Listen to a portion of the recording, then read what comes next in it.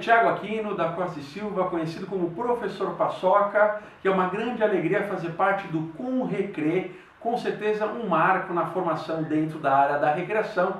Parabéns aos amigos do celeiro. Pois bem, sou graduado em Educação Física pela FMU, profissional especialista em Educação Física Escolar, especialista também em Administração e Marketing Esportivo.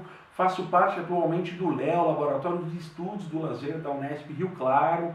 Sou membro da World Leisure Organization, o que é a Organização Mundial do Lazer. Estou à frente, junto com o meu amigo, o professor Alípio Pines Júnior, da coordenação pedagógica do curso de pós-graduação em Recreação e Lazer pela FMU. Estou até o final deste ano como presidente da ABRE, que é a Associação Brasileira de Recreadores, na qual já faço um convite para que você possa curtir a associação dentro das redes sociais, Associação Brasileira de Recreadores. Dentro da minha carreira, tenho mais de 15 livros lançados nas áreas da recreação, educação e educação física, bem como também estou bem atuante nessa área de consultoria e de palestras na área da recreação, do lazer e do entretenimento, com vários cases como o Bourbon Resort Atibaia e o Foz do Iguaçu, Rede Itauá de Hotéis, Academia Runner, BMQuer Esportes e várias outras empresas também, na qual a gente presta consultoria pela nossa empresa chamada Kids Move. Estou também à frente de duas empresas chamada Entretenimento SP, que é uma empresa de eventos na qual a nossa missão é a promoção e principalmente o estímulo à arte, cultura e à comédia. Estou também na Fitbooks Editora. Já apresentado, o nosso tema hoje é sobre jogos na escola. Veja que interessante, um tema na qual ele é tão explorado, tão conversado e tão realizado no dia a dia do educador, no dia a dia do recreador. Então, a partir de agora, eu vou usar duas nomenclaturas no que tange este profissional que atua diretamente com os jogos na escola. Ora posso chamar como recreador, ora posso chamar como educador.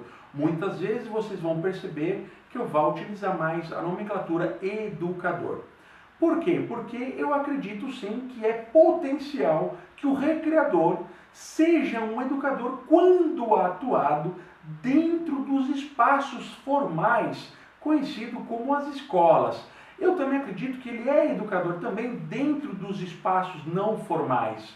Ou seja, eu acredito sim que o recreador, enquanto um animador sociocultural, ele precisa dialogar com a cultura e principalmente com a educação dentro dos seus parâmetros recreativos. Por isso que não é fácil trabalhar com recreação, seja em qualquer área de atuação.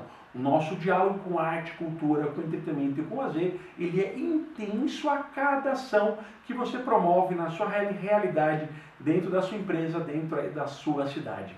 Portanto, este educador, eu sempre digo que ele, quando vai trabalhar com jogos na escola, precisa acreditar que o jogo de verdade tenha uma interferência positiva e formativa dentro da educação das crianças.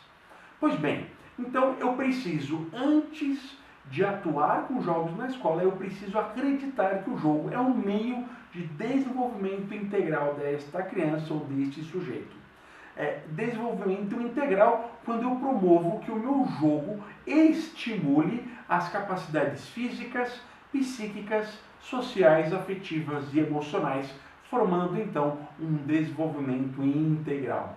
Então eu preciso pensar que o jogo na escola ele é intencional para uma aprendizagem significativa. Portanto, eu preciso ter um planejamento para que isso aconteça da forma mais positiva e mais real possível. Pois bem, nós precisamos pensar sempre com muita atenção o que nós, enquanto educadores, temos que ter em nossa formação para se pensar na formação com jogos na escola? Primeiramente, eu preciso acreditar no potencial lúdico que a atividade carrega. Pois bem, o que é essa palavra tão mística dentro da área da recreação, né? O lúdico? Então, Johann Huizinga vai dizer no livro Homo Ludens, de 1931, que o homem lúdico é aquele que também se diverte. Ou seja, a ludicidade é algo que traz alegria e prazer na sua contemplação. Ou seja, eu enquanto educador eu preciso contemplar essa ação lúdica. E quando eu levo esta ação lúdica, tradicionalmente conhecida por nós nesta nossa palestra como jogo, eu faço com que o jogo tenha um significado de aprendizagem. Portanto, esse jogo ele pode ter duas funções. A função lúdica, quando ela é prioritariamente pensada na diversão, alegria e prazer, e eu preciso pensar neste jogo como uma ferramenta, como um meio para uma aprendizagem significativa.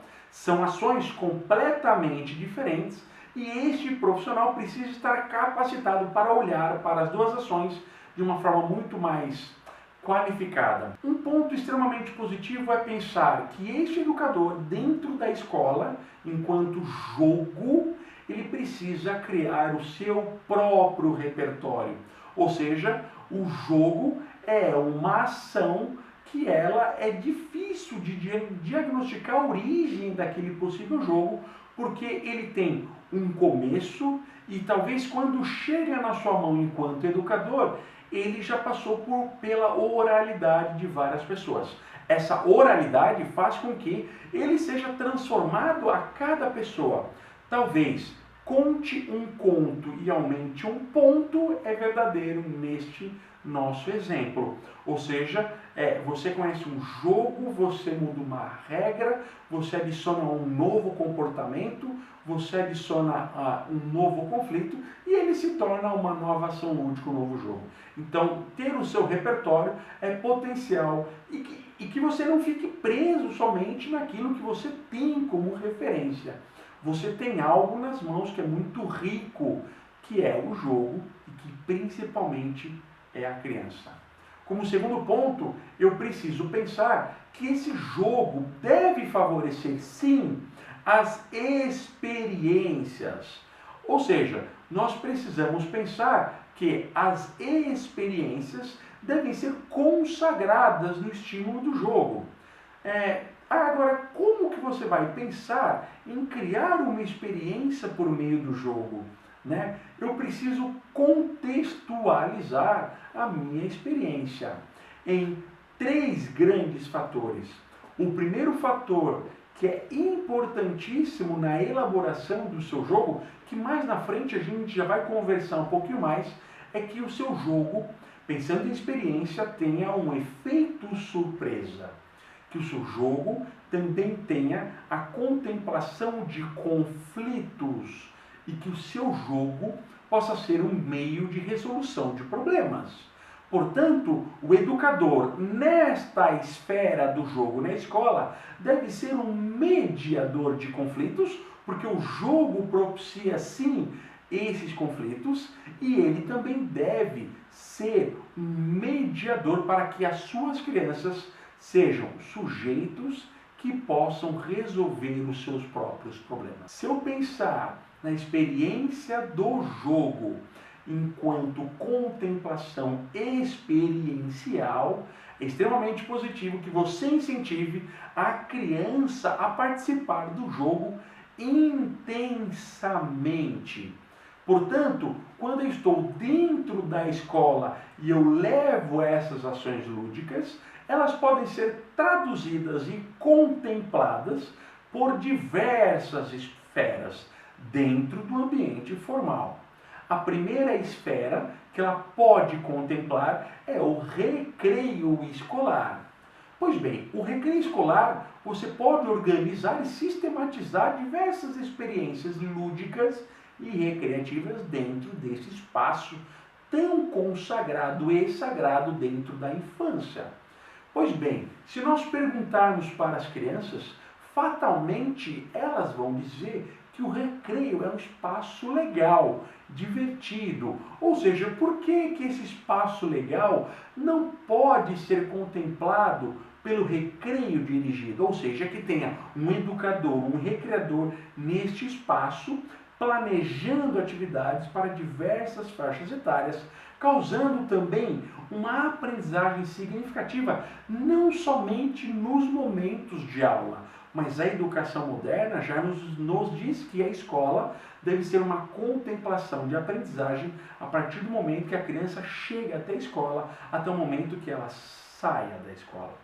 Portanto, eu preciso pensar no recreio dirigido. Esta é uma grande área para que você possa trabalhar com a sua empresa ou você sendo a sua própria empresa dentro das escolas que você conhece aí na sua cidade. A segunda contemplação lúdica dentro das escolas são as aulas, sim, de educação física. Portanto, o profissional de educação física deve ser qualificado para planejar esses jogos, essas atividades, dentro das ações vinculadas aos parâmetros curriculares nacionais, que são os PCNs. Então, eu preciso dialogar, sim, que esse jogo tenha uma intensidade educacional. Como um terceiro ponto, que você pode trabalhar as ações lúdicas ou as expressões educativas dentro de festas temáticas e dentro de ambientações diferentes do dia a dia dentro da escola. Portanto, você pode planejar o Dia das Mães, festas juninas, Dia dos Pais, festas de final de ano, contemplando as ações para toda a família. Então eu tenho diversos pontos para que eu possa e eu preciso pensar sobre este diálogo dentro da escola. Atenção! Em momentos de crise, a escola é um meio potencial para que você, educador, seja e tenha uma área de atuação primorosa e que precisa de você, precisa de um recreador lá dentro, trabalhando com essas expressões lúdicas. Agora, vem uma outra questão.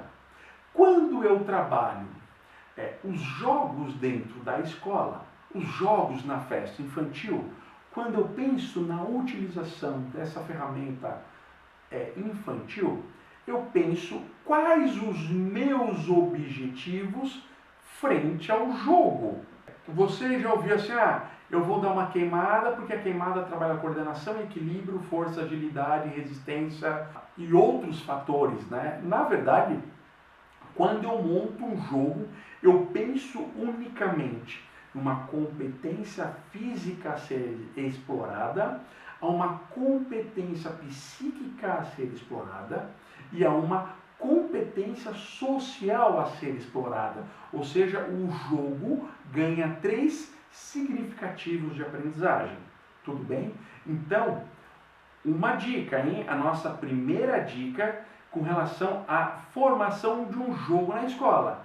Você deve escrever o jogo e logo após do desenvolvimento do jogo, escreva imediatamente qual é o seu objetivo de capacidade física, social e psíquica. Após um ano de trabalho, você terá um livro repleto de jogos na escola vinculados à aprendizagem significativa. E o que é essa tal educação lúdica, né? O jogo ele deve propiciar a convivência, o brincar, a exploração, participação ativa e contemplativa. Ela deve ser um meio de comunicação e principalmente um meio de desenvolvimento. E aí eu passo a criar o que nós chamamos de campo de experiências do jogo na escola.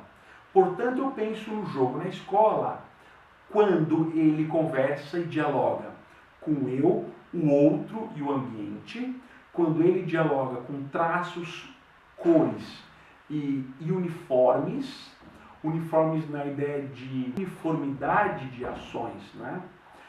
Eu dialogo com a fala, com a escuta, com as experiências sensoriais, eu dialogo com as noções espaciais, com as noções temporais, com as noções sensoriais que a criança tem. Portanto, eu crio um campo de experiência potencial para que você seja diferenciado dentro da sua cidade ao se falar de jogos na escola. Portanto, o que é um jogo, Paçoca? Veja, para o nosso primeiro livro, Manual de Lazer e Recreação, que foi lançado pela Forte Editora em 2010, que é o livro mais vendido dos últimos 5 anos na área da recreação, e que agora, em agosto, lançaremos a segunda edição. Foi o capítulo do livro com maior dificuldade de escrita, porque a gente precisava conceituar na época o que é jogo, o que é brincadeira, né? Tem vários autores de várias linhas, filosofia, da recreação, da pedagogia, da psicologia, da educação física, da hotelaria, né? Da antropologia. E aí nós chegamos ao nosso conceito. Tá certo que eu não posso minimizar o jogo apenas em um conceito, mas eu quero deixar para vocês o que eu acredito enquanto jogo. Vou trazer 2 paralelos, a brincadeira e o jogo, tudo bem? Então a brincadeira, para nós, é uma ação mais simbólica, ou seja, o simbolismo se faz presente nesta formação desta atividade. Ou seja, é quando a criança tem a capacidade de fantasiar e de imaginar a sua própria ação dentro da brincadeira, dentro dessa experiência lúdica. Para nós, o jogo ele é mais concreto, o jogo ele é regrado, o jogo é uma ação coletiva. Então espera, se a brincadeira é uma ação simbólica, é bem possível sim que a criança ela pode brincar sozinha. Sim, eu posso também ter jogos individuais, mas eu posso experimentar o jogo como uma ação coletiva. Então, até os 5 anos e meio de idade, prioritariamente na escola, você vai trabalhar muitas brincadeiras simbólicas a fim de estimular a criatividade, a carga imaginativa dessa criança. Entre 5 anos e meio de idade, você vai para uma ação coletiva porque o grupo, o social, faz sentido a esta criança nesta nova etapa de vida. Frenet vai dizer que a vida é dividida a cada 7 anos e que aos 7 anos de idade, uma das competências que você tem é de iniciar a vida de uma forma coletiva. Então, brincadeiras são ações mais simbólicas, o jogo são ações mais concretas e mais coletivas. Em cima deste ponto, como eu tenho as regras, o jogo ele se torna limitado. Limitado na sua contemplação de que as regras vão me dizer o que eu posso e o que eu não posso fazer. O jogo ele é único. O jogo que você aplica hoje na festa infantil, o jogo que você aplica amanhã na escola, é único. Ele só acontece uma vez dessa mesma forma. Ele não acontece mais dessa mesma forma porque amanhã é um novo dia. As crianças estão com outras inspirações e elas estão com outro envolvimento perante o jogo. Portanto, quando você planejar o seu jogo, pense que ele é único. Essa ação de ser exclusivo àquele grupo nos traz uma beleza até que poética na aplicação do jogo. Então, você deve pensar que o jogo deve priorizar os valores e as competências. Então, por exemplo, valores como fraternidade, respeito ao próximo, amizade, competências, por exemplo, as competências físicas de coordenação motora fina, as competências sociais que nós temos de coletividade, por aí vai. Então, o seu jogo na escola deve priorizar valores e competências frente a uma educação conhecida hoje como a educação contemporânea.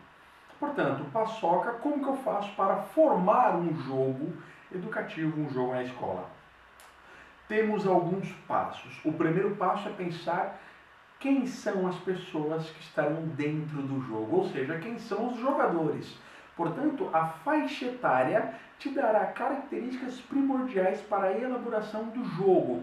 Como já conversamos aqui, as brincadeiras simbólicas ou os jogos com poucas regras e para pequenos grupos são para as crianças abaixo de 6 anos.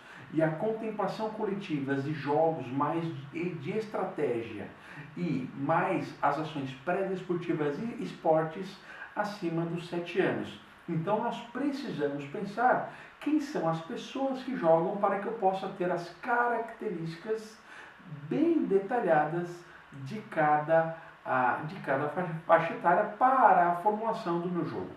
O segundo tópico é quais são os espaços que eu tenho para essa formulação do jogo. É uma quadra, é o corredor, é a sala de aula, porque isso também me delimita uma ação educativa espacial.